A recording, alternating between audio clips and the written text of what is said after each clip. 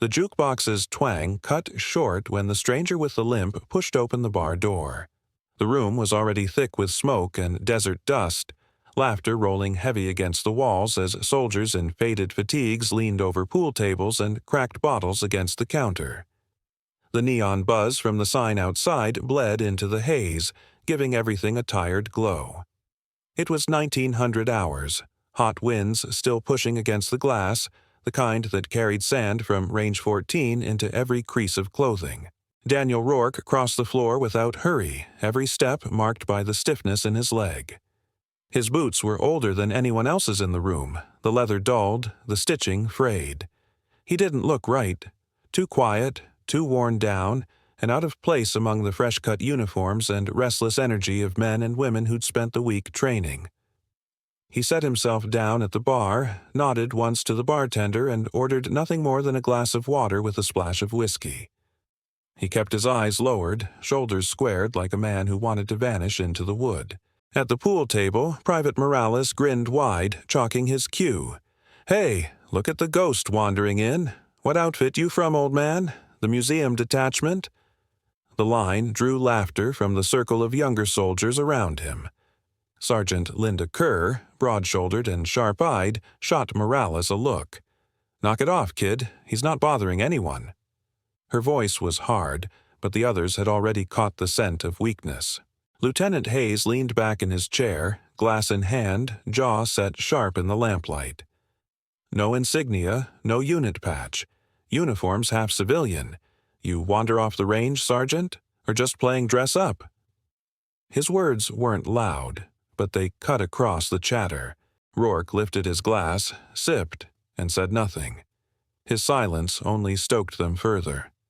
Morales came closer, eyes darting over the stranger's scars, the faint white lines etched across his knuckles and the deep crease by his temple. "Bet he's one of those guys who never got past basic. Maybe washed out and kept the boots as a souvenir." Kerr stood, ready to shove Morales back, but Hayes raised a hand. "Let him answer." Rourke didn't. He kept his focus on the liquid in his glass, a calm defiance that felt older than anyone in the room. The jukebox sputtered, track changing. Outside, the cicadas shrilled against the desert dark. Inside, the tension thickened until one of the corporals barked, "You heard the lieutenant. Answer the damn question." Rourke slid coins across the counter and pushed himself to his feet. "Don't want trouble," he said simply. His voice was low, gravel pulled from years of sand and smoke. "Then get out," Hayes replied. "Last thing this place needs is a ghost haunting the stools. Out the door, Sergeant, if that's even your rank." The laughter followed him as he turned toward the exit. Kerr shook her head, muttering under her breath, but even she didn't rise. The crowd had already chosen their target. Rourke moved slow, shoulders tight, his limp more obvious as he passed the pool table. The sleeve of his shirt shifted with the motion, fabric dragging back just far enough to reveal black ink on his forearm. A symbol, jagged and deliberate. A skull over crossed arrows, coordinates stamped beneath in faded lines. The laughter died like someone had cut the power. At a corner table, Colonel James Whitaker rose from his seat. His silver hair caught the lamplight, his eyes locked sharp on the ink. He hadn't spoken all night, a quiet figure who'd let his men unwind without interference. But now, his chair scraped back, his presence pulling silence across the room. Whitaker stepped forward, gaze fixed on the tattoo, recognition etched in every line of his face. For a moment, nobody else breathed. The men who had mocked the stranger felt the air shift, the weight of something they didn't yet understand pressing down. Rourke paused at the threshold, the desert night spilling cool air against his face. He didn't turn until the colonel's voice carried across the bar, low and certain, a voice that could stop a battalion mid-charge. "Sergeant," Whitaker said, not a question but a command. His eyes burned into the tattoo as if it had dragged a piece of the past into the present. The room froze between two worlds, the mockery of a moment ago and the dawning realization that the stranger carried a story none of them were ready for. Respect, sharp and uneasy, cracked open in the silence, and in that silence, everything about the night was about to change. because the colonel wasn't going to let him walk out that door. "Sit down, Sergeant," Whitaker said, his voice iron, turning every head in the bar. Rourke hesitated at the doorway, the desert wind curling dust around his boots, the neon glow from outside tracing his shoulders. The colonel's command wasn't one a man ignored. Slowly, the veteran turned back. His eyes swept across the crowd of younger soldiers, most of them still flushed with drink and pride, their laughter gone brittle. He walked with that same limp, steady but scarred, and lowered himself back onto the stool he'd abandoned. The silence pressed heavy until Lieutenant Hayes broke it. "Sir, with respect, this man doesn't belong here." His tone was crisp, but his confidence wavered under the colonel's gaze. Whitaker didn't look at him. His eyes stayed on the ink across Rourke's arm, the faded black ink insignia and the coordinates etched beneath. "You see this?" the colonel said to the room. "Do you even know what it means?" Morales frowned. "Some old biker gang, maybe. Just a tattoo." The colonel's jaw tightened. "Not a gang, a unit. One that bled more in a week than most of you have in a year." Kerr leaned forward, eyes narrowing at Rourke. "What unit?" Rourke exhaled, reluctant, as though the story itself was a weight pressing on his chest. "Ghost Recon. Black unit. Disbanded a decade ago. Coordinates mark the field where we lost half the team." A ripple of disbelief ran through the room. Hayes smirked. "That's a campfire tale, Sergeant. No record of Ghost Recon on any books I've seen." Rourke's eyes flicked to him, cold and steady. "Records burn easy when people want them gone." He set his glass down. "But the scars don't." The bar light seemed to dim as he spoke, the air heavier, the laughter long forgotten. His voice carried them back to another world. Oro 300 hours, blackout conditions, moonless sky. We'd been tasked with exfiltration, 2.7 clicks behind enemy lines. Team of 12, call sign Ghost 1.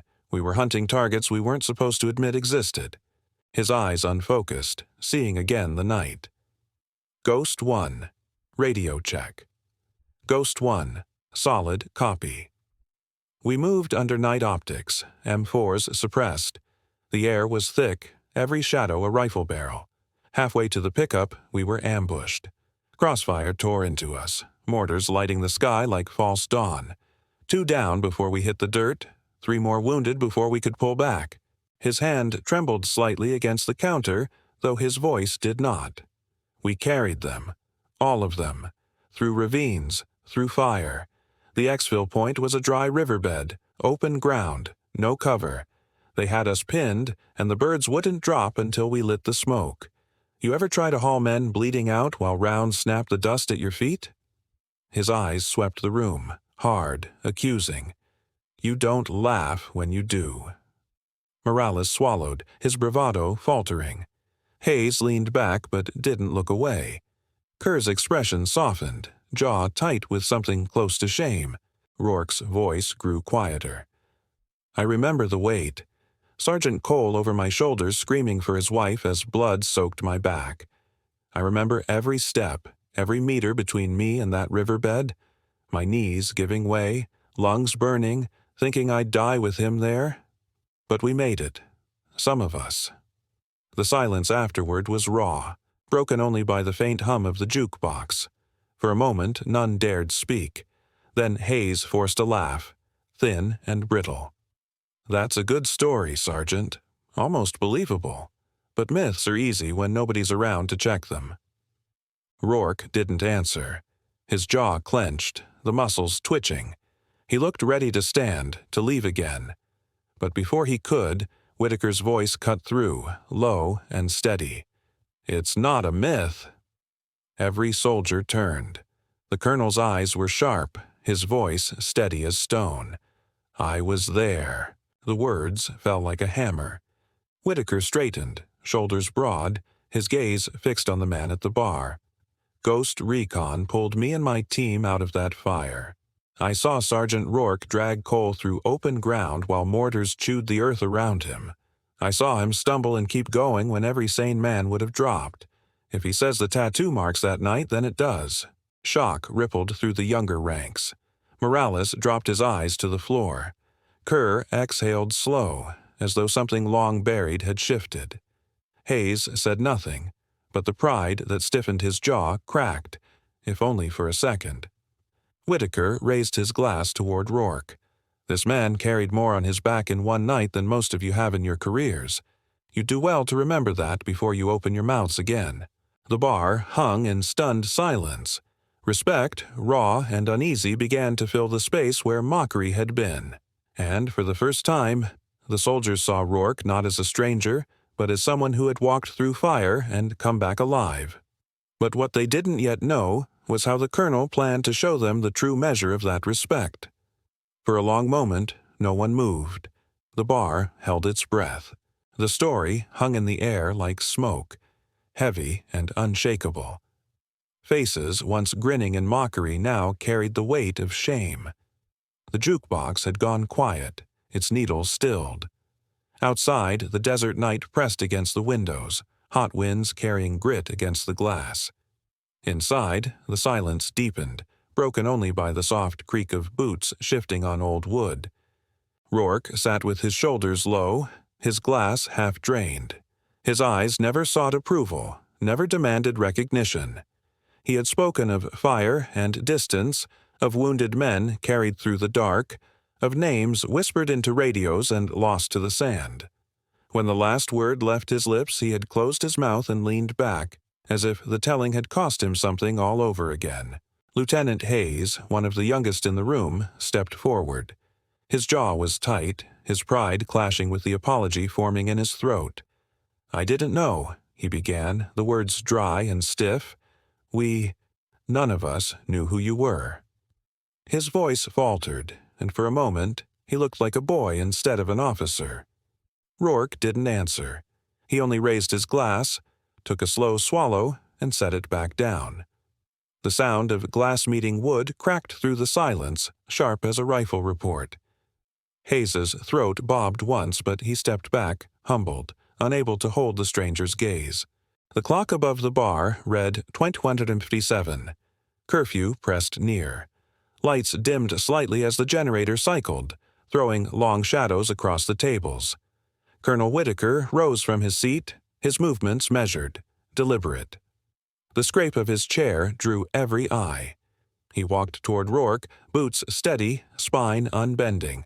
When he stopped, the room seemed to shrink around them. He removed his cap, the gesture slow, precise, etched with reverence. Then, with the weight of decades in the motion, he straightened and brought his hand to his brow. The salute was crisp, silent, absolute, a recognition that no medal, no citation, no commendation could surpass. It was soldier to soldier, survivor to savior. The younger men froze, stunned. One by one, as if compelled by something larger than themselves, they stood. Hats came off. Arms lifted.